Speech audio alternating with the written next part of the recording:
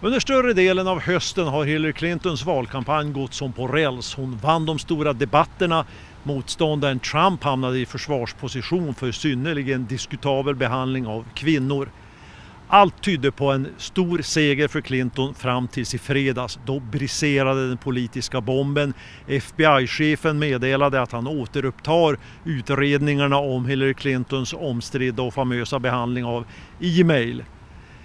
Jag intervjuade tidigare idag här på House of Sweden en av toppdemokraterna, Jennifer Granholm, före detta guvernör i Michigan och medlem i Clintons så kallade transition team, det lag som ska förbereda maktövertagandet om hon vinner. Hon medgav att detta var en klar motgång för Clinton. I am a former federal prosecutor and a former attorney general, and so I know how investigations work. And there's a rule for prosecutors and investigators that you don't, before an election, and in this case the Department of Justice has a 60-day rule, before an election you don't reveal or do something that would influence that election's outcome. So it was highly unusual that 11 days before the biggest election with the biggest consequences of our lifetime, that the director of the FBI would send a letter to Congress saying he may or may not have found some information about emails, but he's not sure what the significance is. That act gave Donald Trump a sword in which to just slash all weekend. And Donald Trump has problems with the truth anyway, but it allowed him to make up a whole series of things about what that meant when we don't know what it means. So this is why Hillary Clinton is asking that the director of the FBI explain what it is he has, because the letter he sent to Congress was wholly ambiguous, and she's very confident that there is nothing in whatever they found that they don't already have based upon their previous investigation. How dangerous is it for her campaign? Well, I think 20 million people, as I sit here right now, 20 million people have already voted. So voting is underway in a majority of states. Most of this has been baked in. The reason people, I mean, she admits that having a separate server for her email was a mistake. And people have digested that. And they have said, enough of the emails. We know it's a mistake. She has said it's a mistake. She has said she will not do it again. But when you compare this email story versus what we are facing with Donald Trump, I mean, the Economist Intelligence Unit every month rates the globe's biggest risks, biggest threats. Donald Trump is on their list as the 6th biggest risk to the planet, to the globe. The 6th biggest. He's just behind the rise of global jihadism.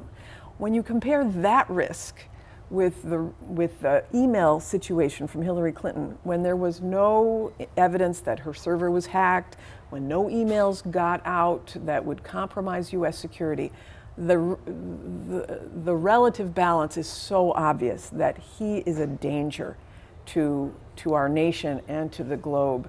And she would be a steady, rational, experienced hand for our global partners, but also for the U.S. But yet she has bad approval ratings. Why is she unpopular? Well, they're both very unpopular, right?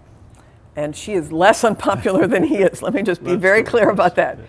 But yes, because for 30 years, there has been a sustained effort to attack her from the far right. And they have created there's a whole industry on the right, this whole number of groups that have been raising money to attack her for years and years. So when you've undergone hundreds of millions of dollars of attacks for years and years, of course some of that is going to sink in. And you know, when they weren't attacking her, however, when she was Secretary of State, she had sky-high approval ratings. But obviously a sustained drumbeat has its impact on any campaign, but certainly on this one. Is there a risk that she loses because of this? I think there's always a risk. Nobody can be complacent.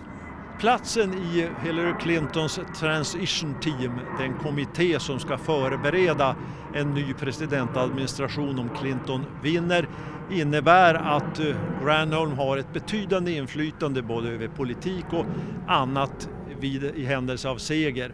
Och trots att Clinton ju representerar samma parti som Obama så säger Granholm att det kommer att bli förändringar. Det blir inte någon Obama 3. Sure. I mean, it won't be a third Obama term. It will be her own term. She has expressed some differences, but what she really wants to do is to accelerate and to fix some of the things that the current president has worked on that have, some areas that need to be repaired. For example, the Affordable Care Act, the president's signature achievement.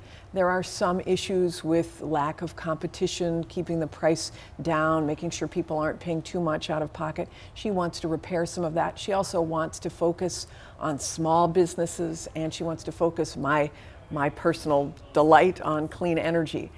But what will be her position on free trade? There are many people who think that she will be less enthusiastic about free trade agreements than Obama. Yeah, I think that's fair assessment. She believes strongly in fair trade, and she believes that we have not been as aggressive as a nation in holding our trading partners to the same standards we hold ourselves to. And so making sure that those with whom we conduct business have environmental and labor standards that are similar to what we have, that we are not sort of aiding and abetting the offshoring of a lot of these jobs. So she's not anti-trade. She's just in favor of fair trade and in favor of creating opportunities for jobs in the U.S. and not so much just having employers take advantage of low-wage countries. For some time, the European Union has been trying to reach an agreement with the United States on trade, but nothing has come out of it yet. Is that an indication that Hillary Clinton won't fulfill these ambitions? It's yet to be determined. It all depends on the content of the agreement. There have been speculations that Joe Biden will become the Secretary of State if she wins. Would that be a good choice? Yeah, he would be fabulous. I would love to see Joe Biden as Secretary of State. I have no idea. I have no inside information on that. I have no idea whether that would happen. But who doesn't love Joe Biden? What have your Swedish roots meant to your career and life? My Swedish heritage has given me a blessing of sanguinity, of balance. My father is a stoic Swede. I have never heard him raise his voice. I've never heard him utter a swear word. He is somebody who had such total respect in his community because he was smart and balanced and thoughtful. And I hope that I have been able to glean some of that. I have such deep love and respect for my father, who's still alive, that I hope that I've been able to claim some of his greatest qualities that I know he got from his heritage.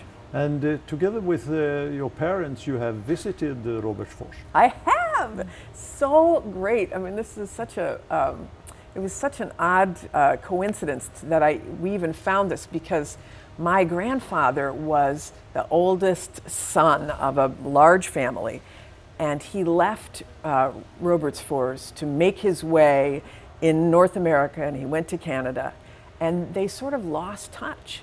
And when I was governor, my father had handed me a medal that my grandfather had gotten from the then King of Sweden for his service as being a mayor in Robertsfors. But I couldn't read it. I don't read Swedish. I didn't know what it meant. So I gave it to my Swedish guide, and I said, is there a way of tracing this to find out where our family is? And lo and behold, we traced it back to Robertsfors. We had a big reunion in Robertsfors. It was like the family that had been lost had been found. We were made whole. It was so special. We went to the farm, and my father's cousin, who's still there, owns the farm. It was so lovely. And then we brought the whole family to go see the king. So we went to the palace and saw King Gustav, and he showed us he showed us, you know, I showed him the medal and we had a whole ceremony there. And for that family, which was a rural family, it was just a very, very special moment. So I feel very connected.